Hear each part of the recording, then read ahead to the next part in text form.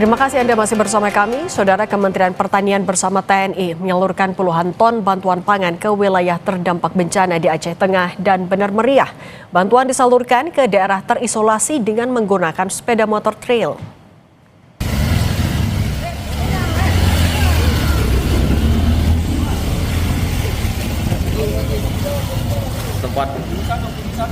Kementerian Pertanian bekerja sama dengan TNI menyalurkan bantuan pangan bagi masyarakat terdampak bencana di Kabupaten Benar Meriah dan Aceh Tengah.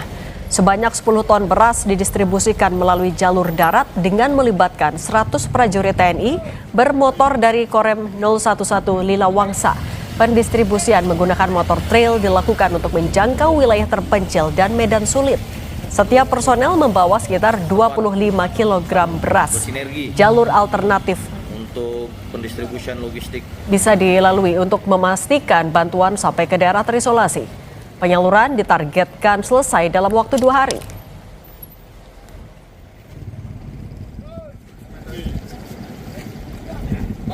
Kita juga sudah koordinasi ke Lanut Sultan Iskandar Muda. Hari ini juga akan dikirim 8 ton via Hercules. Ya.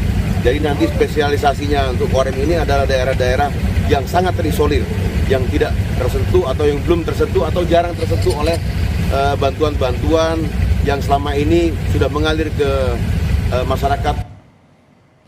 Hamparan tumpukan kayu terlihat di area Pondok Pesantren Darul Mukhlisin yang terletak di Desa Tanjung Karang, Kabupaten Aceh Tamiang, Aceh.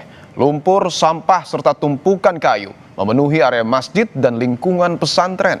Pembersihan terus dilakukan prajurit TNI sebagai bentuk respons cepat pemulihan pasca bencana banjir dan longsor. Lumpur yang mengendap di dalam masjid mulai dikeluarkan, sementara halaman dan selokan secara perlahan mulai ditata kembali.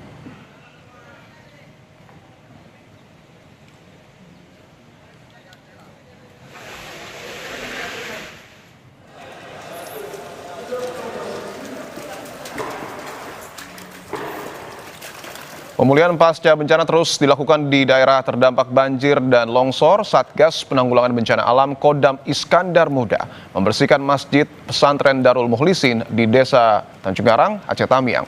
Pembersihan dilakukan secara gotong royong dengan mengeluarkan lumpur yang mengendap di dalam masjid. Pembersihan rumah ibadah dilakukan agar aktivitas keagamaan dan kegiatan pendidikan di Pesantren Darul Mukhlisin dapat kembali berjalan normal.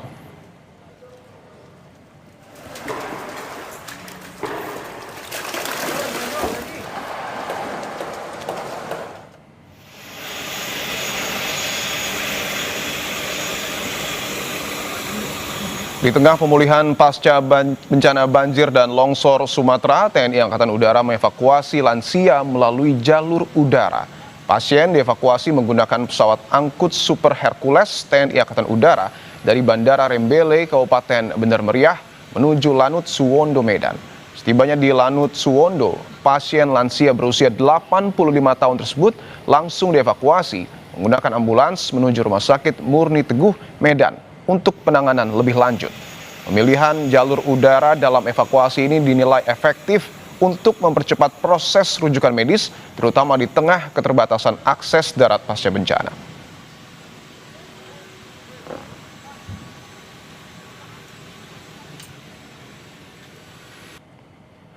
Rumah ibadah yang menjadi fasilitas warga menjalani aktivitas kini menjadi salah satu prioritas pembersihan pasca bencana.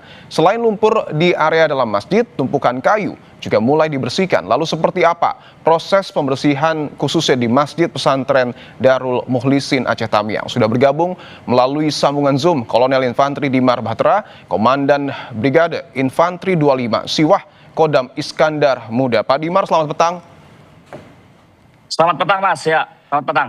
Pak Dimar, mungkin bisa disampaikan proses pembersihan sejauh ini sudah seperti apa? Sudah berapa banyak kayu yang kemudian dibersihkan?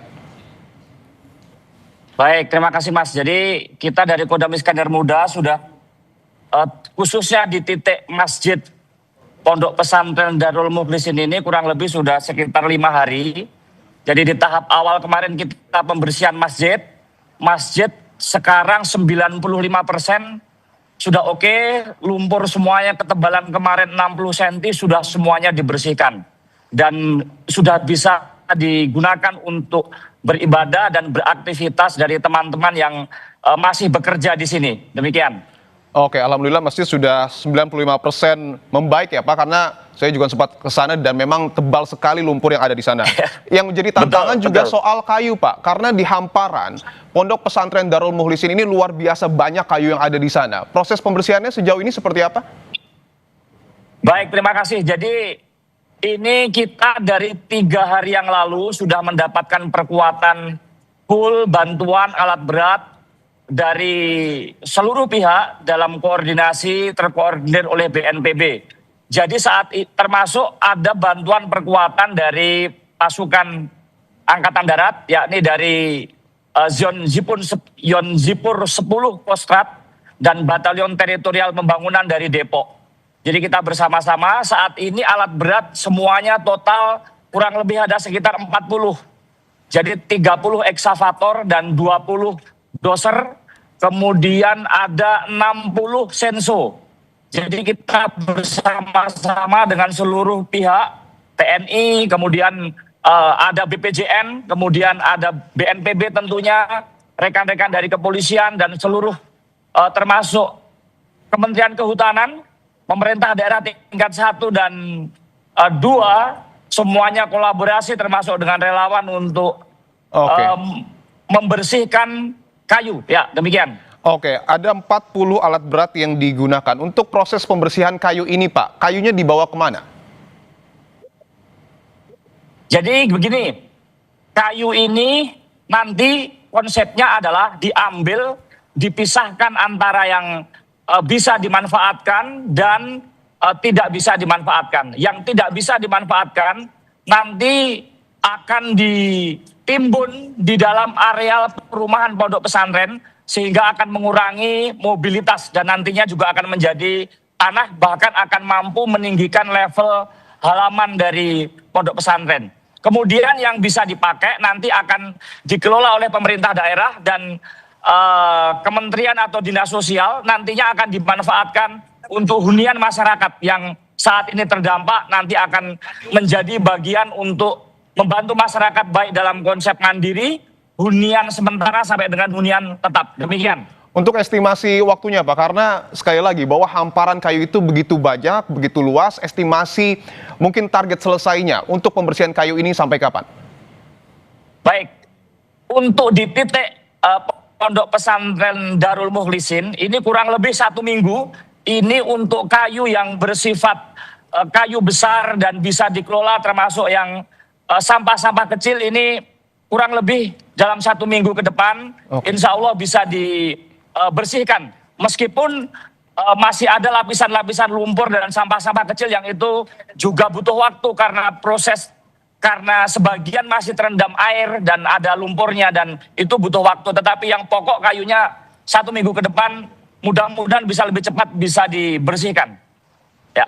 Selain fokus di Pondok Pesantren Darul Mukhlisin Pak, untuk tim Pak Dimar sendiri ini bertugas di mana saja? Apakah juga membersihkan tumpukan kayu lain ataupun material lumpur di wilayah sekitar? Begini, jadi saya perwakilan dari Kodam Iskandar Muda yang diperintahkan oleh Pangdam untuk menghandle titik pokok yang berada di Kabupaten Tamiang. Jadi pekerjaan kita holistik menyangkut seluruh aspek dan sektor yang berada di Kabupaten Aceh Tamiang.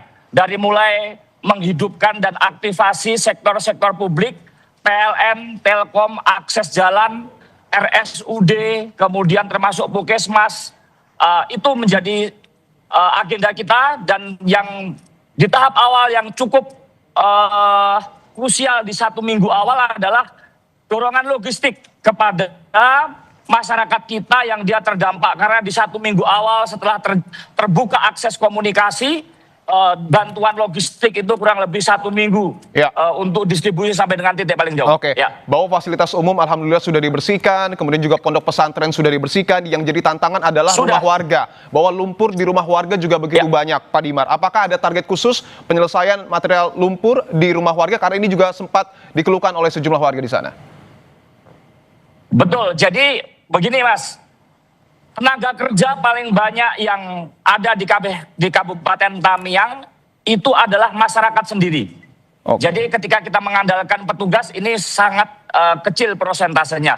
Tetapi yang bisa dilakukan oleh negara dan pemerintah adalah bertanggung jawab terhadap akses-akses pokok seperti jalan, PLN, PDAM, Pertamina, kemudian fasilitas umum, rumah sakit, sekolah, masjid, itu nanti kita handle. Ketika jalan itu nanti udah kita bersihkan, masyarakat dia bisa bergotong royong mengeluarkan lumpur dari rumahnya ke depan. Sehingga nanti di situ akan ada kendaraan yang akan mengangkut, membuang lumpur-lumpur itu ke sektor yang ditentukan oleh nanti pemerintah. Demikian untuk tekniknya. Oke, bahwa target fasilitas umum ini menjadi fokus dari TNI. Apakah ada target khusus, Pak, berapa lama fasilitas umum di seluruh Aceh Tamiang ini akan dibersihkan dan mudah-mudahan bisa kembali beroperasi? Oke.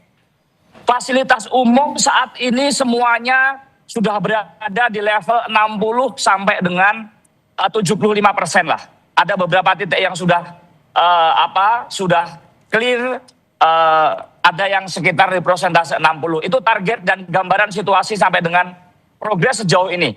Kalau fasilitas umum ya, fasilitas umum seperti kantor bupati, kemudian jalan, rumah sakit, kurang lebih 60 sampai dengan 80%. Baik, terima kasih Kolonel Infantri Dimar Bahtera, Komandan Brigade Infantri 25 Siwah, Kodam Iskandar Muda. Terima kasih dan salam untuk prajurit TNI di sana, Pak. Terima kasih. Mohon doanya.